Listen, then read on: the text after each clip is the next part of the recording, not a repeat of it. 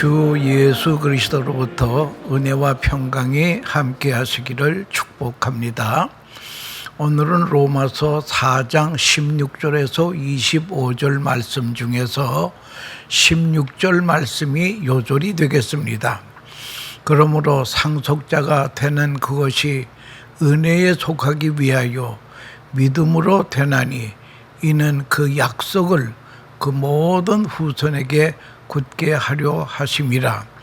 율법에 속한 자에게뿐 아니라 아브라함의 믿음에 속한 자에게도 그러하니 아브라함은 우리 모든 사람의 조상이라.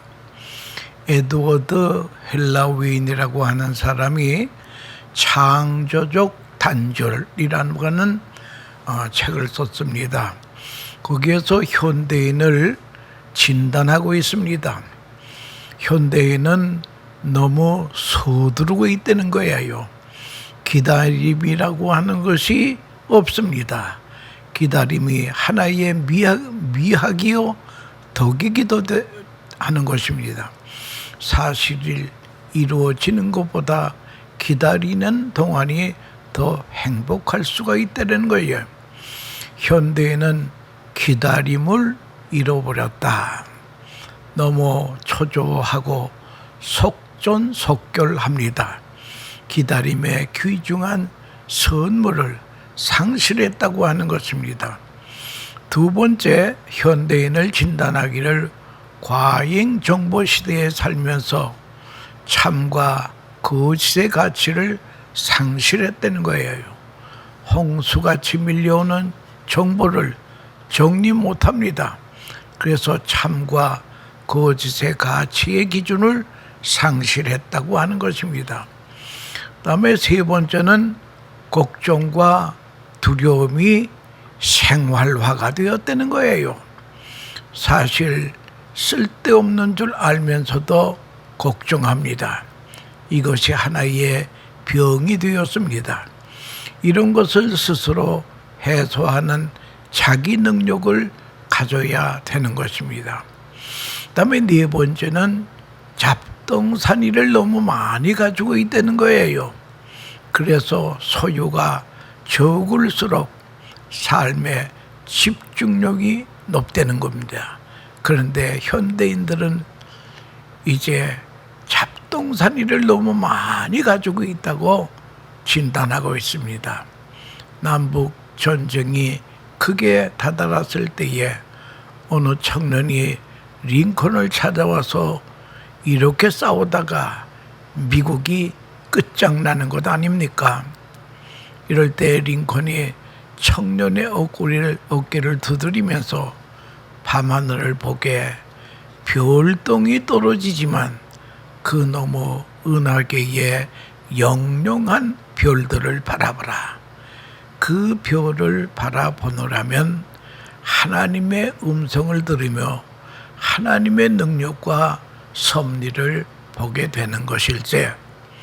내 앞에 있는 떨어지는 별만 보지 말고 그 위에 있는 수많은 별들을 보라.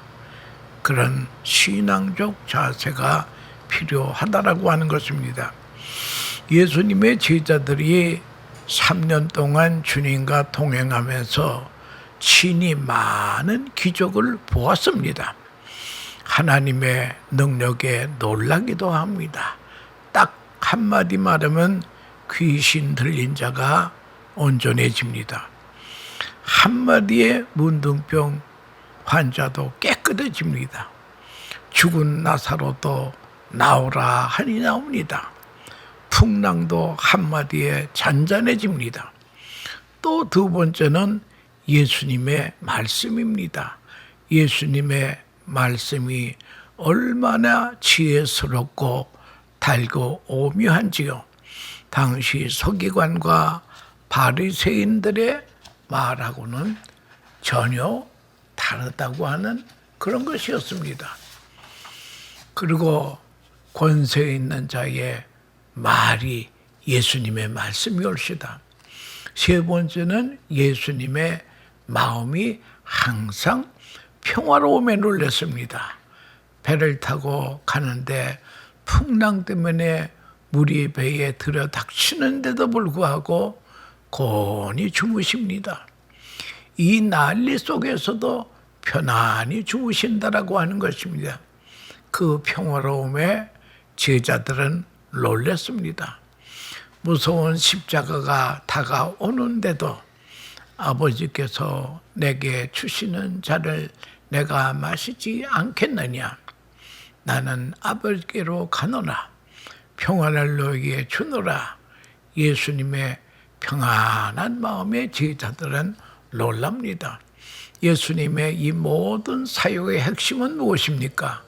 그것은 믿음이라고 하는 것을 제자들이 알게 되었습니다. 이 사실을 알고 누가복음 17장에는 제자들이 예수님께 요청을 합니다. 예수님, 우리에게도 믿음을 더해 주세요. 물질도 아니고 권세도 아니고 예수님이 가지고 계시는 그 믿음을 우리에게도 주세요. 여러분, 믿음하면 우리는 아브라함의 믿음을 생각하게 됩니다. 이 믿음은 믿음의 모델이 올시다. 하나님과 우리와의 관계는 오직 믿음이라고 하는 것입니다. 얼마 전에 시카고 대학 교수 4분이 모여서 북한 문제를 어떻게 하면 좋을까? 그냥 내버려 둘 수도 있고 우리 학자들도 대안을 내놓아야 하지 않겠는가? 그래서 이들이 유엔의 북한 대사를 만나가지고 진지하게 장시간 이야기를 나누었습니다. 무엇이 문제입니까? 어떻게 하면 좋겠습니까? 마지막 결론은 상호 신뢰라고 하는 것입니다. 서로 믿을 수가 없다는 거예요. 여러분, 인간관계도 기본이 믿음이 옳시다. 인격과 인격 관계는 오직 믿음이 옳시다. 모든 문제의 핵심은 믿음이라고 하는 것입니다. 오늘 본문 16절에 자세히 말씀합니다. 여기에 중요한 단어를 약속을 믿는 믿음이라는 거야. 아무거나 믿는 것이 아니라 하나님의 약속을 믿는 믿음이었다. 여기에 은혜, 약속, 믿음 이 세 단어는 문제의 해답이 되고 매우 중요한 말씀입니다. 은혜를 은혜되게 하는 것은 믿음이 옳시다. 은혜란 곧 약속입니다. 하나님의 은혜는 약속 따라 주어지는 것입니다. 그래서 조지 뮬러는 기도할 때에 성경의 약속을 짚어가면서 하나님은 고아의 아버지라고 여기 쓰여져 있지 않습니까? 그런데 아이들이 지금 정식 먹을 준비가 안 됐습니다. 아버지께서 먹여주세요.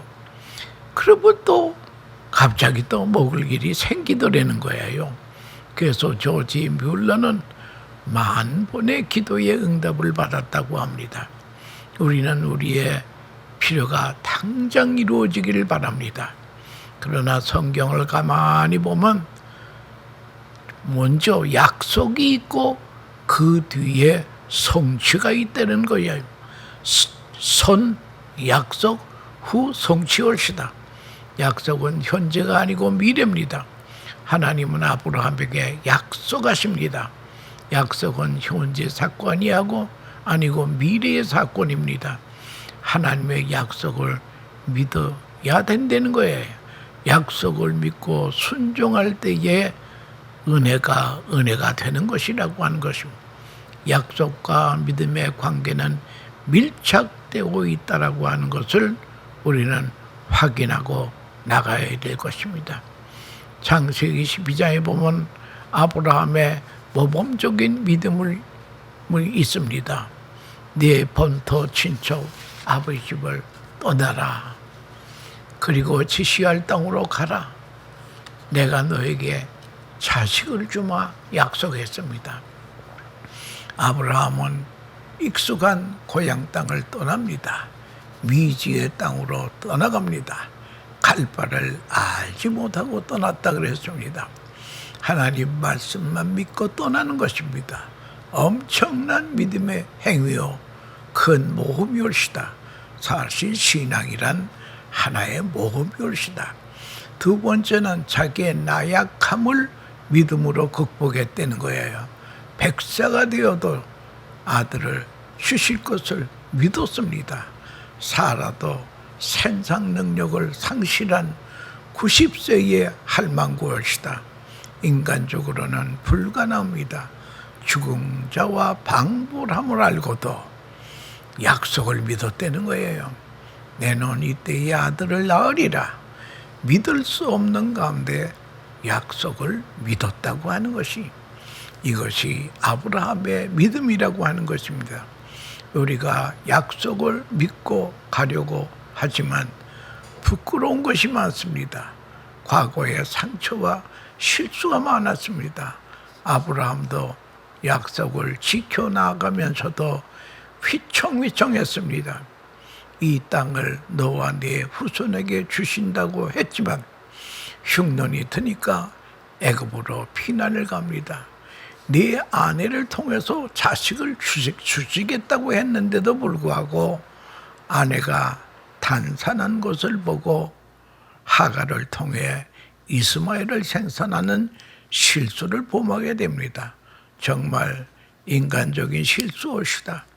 이런 실수가 많은 아브라함에게 하나님은 내년 이때에 아들을 주시겠다고 합니다. 아브라함은 과거가 너무나 초라합니다. 이런 부자격한 자기를 믿음으로 극복합니다. 하나님은 내 과거를 다 아십니다. 알고 계십니다.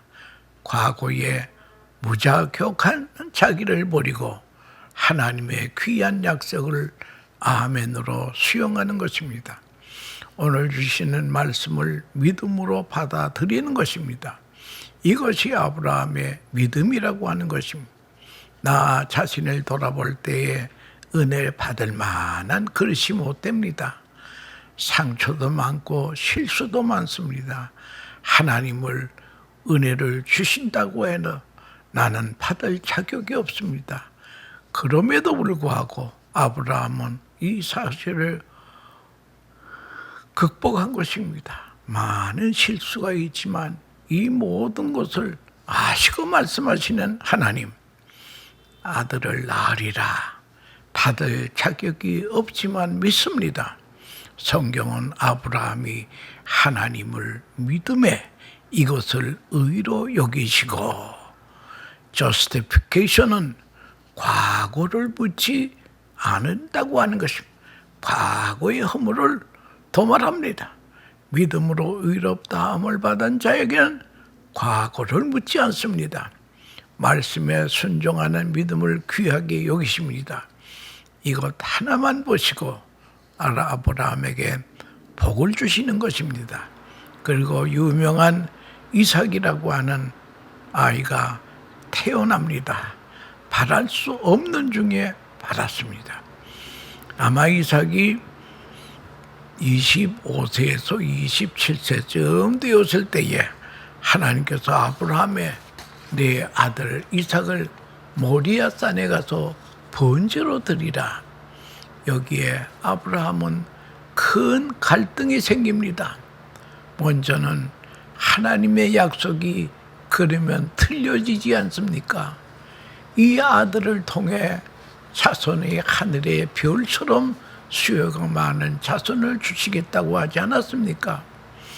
이런 아들을 번제로 바치라니 말이 안 됩니다. 이삭은 아직도 장가도 가지 않았습니다. 또 하나님은 어떤 경우에도 사람을 제물로 드리라고 하는 그런 분이 아니시라는 거예요. 날도록 살인을 하라는 것입니까? 번제로 못 바칠 이유가 너무나 많이 있었습니다. 그러나 아브라함은 생각합니다. 하나님이 주셨고 하나님이 원하시면 드려야지요. 오직 하나님만 믿었습니다. 그리고 모리아 산에 가서 제물로 드리려고 합니다. 아브라함아, 아브라함아, 네 아들 이삭에게 손대지 말아라. 이제야 네가 나를 사랑하는 줄 알겠다. 그래서 수풀에 걸린 수양을 잡아서 이삭 대신에 제 번제를 드립니다. 여호와 이레, 여호와의 산에서 준비하시리란 여호와 이레의 복을 받게 되는 것입니다. 그리고 아브라함이 메시아의 조상이 될 것을 약속합니다. 이 신앙은 곧 부활 신앙이올시다. 하나님의 약속은 어떤 경우에도 이루어지는 것을 믿어야 됩니다. 그래서 아브라함의 믿음이 위대합니다. 우리는 현실을 상황하고 상황 판단에 몰두하고 있습니다. 다 이거 포기해야 합니다. 하나님은 어떤 경우에도 당신의 뜻을 이루신다라고 하는 것입니다. 내 판단, 내 이성적인 판단을 정지하고 내 도덕성의 결함도 포기하고 오직 하나님의 약속만 재확인하고 믿을 때 의롭다함을 얻는다고 하는 것입니다. 그리고 아브라함의 후예가 되게 하는 것입니다.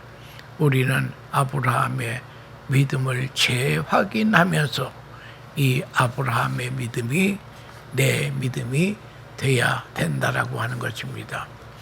어느 교회의 유명한 대학의 생화학자이며 의학 박사인 교수가 교회에 출석을 했습니다. 사실 그는 예수를 믿으려고 나온 것이 아니라 부인을 감시하기 위해서 나왔습니다. 그 교수는 그렇게 학식이 많지만 의처증에 걸렸습니다. 부인의 일거수일투족을 감시하는데 교회까지 따라왔습니다. 그리고 조용히 앉아 설교를 듣는데 믿으려고 하지 않았습니다. 오늘날 목사님이 그 교수를 만나 예수를 구주로 믿고 당신도 구원의 백성이 되라고 했더니 교수가 이런 말을 합니다. 제가 목사님의 설교를 들으며 무슨 생각을 했는지 아십니까? 목사님, 참 불쌍한 분이군요. 생긴 것은 멀쩡한데 설교는 늘 바보 같은 설교만 하고 있더군요. 생화학적으로 의학적으로 볼 때에 어떻게 처녀가 잉태하여 아들을 낳을 수 있겠습니까? 어떻게 죽은 예수가 사흘 만에 부활할 수 있단 말입니까? 사람이 죽어서 사흘이 되면 세포가 와해되고 피도 썩는데 어떻게 다시 산단 말입니까? 이 이야기를 듣고 좋다고 하는 사람들도 한심합니다. 제가 이런 생각을 앉아 했습니다. 의학 박사다운 말이 옳시다. 그런데 세월이 흘러 크리스마스가 되었습니다. 교수는 그날도 아내를 감시하기 위해서 여전히 교회에 따라왔습니다. 그날 목사님은 예수님의 동정녀 탄생을 설교했습니다. 그 교수는 아예 믿지 않는 것으로 관심도 두지 않았는데 그래도 목사님은 동정녀 탄생 설교를 했습니다. 그런데요, 그날 예배 후에 목사 사무실에 가보니까 그 교수가 눈물을 닦고 있더라는 거예요. 그래서 목사님이 교수에게 물었습니다. 오늘도 부부싸움을 했습니까? 그렇지 않다고 하면서 하는 말이, 목사님, 오늘 목사님 설교를 듣고 있으려니까 갑자기 가슴이 뜨거워지면서 말씀이 믿어집니다. 말씀을 듣는 가운데 믿음과 확신이 생겼습니다. 그 후 교수는 신실한 기독교인이 되었다고 하는 것입니다. 동정녀 탄생을 의심하던 교수가 이렇게 말합니다. 목사님, 처녀가 아기를 낳을 수 있습니다. 생화학적으로도 제가 증명할 수 있습니다. 양, 서류, 개구리, 뱀 같은 것은 수컷이 없어도 바늘로 알을 찔러주든지 전기로 쇼키를 주면 새끼가 되어 나옵니다. 하물며 성령님이 임하셔서 쇼크를 주시면 천어도 아기를 낳을 수 있습니다. 그는 하나님의 말씀을 있는 그대로 믿을 수 있게 되었다고 하는 것입니다. 사랑하는 성도 여러분, 아브라함처럼 전능하신 하나님께 초점을 맞추고 큰 믿음을 가져야 됩니다. 하나님의 능력은 인간의 상식과 이상을 초월하는 것입니다. 인간의 상식과 과거를 뛰어넘는 기적 같은 일들이 지금도 얼마든지 우리 주변에서 일어나고 있다고 하는 것입니다. 그런데 가장 중요한 것은 하나님을 믿되 바로 믿어야 되는 것. 믿음이 없이는 하나님을 기쁘시게 할 수 없다라고 히브리서 11장 6절은 말하고 있습니다. 믿음으로 우리는 모든 것을 이기고 승리할 수 있습니다. 전능하신 하나님을 바로 나의 하나님으로 바르게 고백하고 섬길 때에 불가능을 가능케 하시는 놀라운 역사가 우리의 삶 가운데 나타난다라고 하는 것입니다. 그리고 아브라함은 바랄 수 없는 중에 바라는 믿음을 가졌습니다. 아브라함의 믿음은 바랄 수 없는 중에 바라는 믿음이라 믿을 수 없는 중에 믿었습니다. 믿을 만한 것을 믿는 것은 아무것도 아닙니다. 바랄 수 없는 것을 바랐다면 이게 믿음이 옳시다. 18절에 아브라함이 바랄 수 없는 중에 바라고 믿었으니 이는 네 후손이 이같으리라 하신 말씀대로 많은 민족의 조상이 되게 하려 하심이라. 이 말씀은 창세기 15장으로 거슬러 올라갑니다. 어느 날 하나님이 아브라함을 찾아오십니다. 그리고 복을 주시겠다고 하십니다. 그러나 아브라함은 상속자가 될 자식이 없으므로 더 이상 바랄 것이 없다고 말합니다. 하나님은 상속자가 될 자식을 주시겠다고 하면서 아브라함을 이끌고 밖으로 나가십니다. 아브라함아, 하늘을 우러러 뭇별을 셀 수 있나 보라. 네 자손이 이와 같으리라고 하소집니다. 그것을 아브라함은 믿었다는 거예요. 믿을 수 없는 중에 믿었더니 하나님이 이것을 의로 여기셨다고 창세기 15장 8절은 말하고 있습니다. 이 이야기는 창세기 17장으로 이어집니다. 여러 해가 지난 후에 하나님이 다시 아브라함을 찾아오십니다. 그리고 아브라함과 사라에게 1년 후에 아들을 낳을 것이라고 하십니다. 당시 아브라함과 사라는 자식을 바랄 수 없는 형편이었습니다.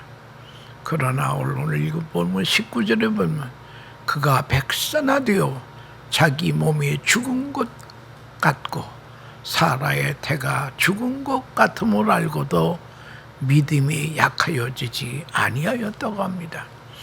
여기서 죽은 것 같음이라는 헬라어는 완료형으로서서 이미 죽었음을 말하고 있습니다. 도저히 희망을 가질 수 없는 상황이라는 것입니다. 이런 아브라함은 바랄 수 없는 가운데도 바라고 믿었다는 거예요. 실로 놀라운 믿음이 없이 절망의 상황 속에 소망을 가졌습니다.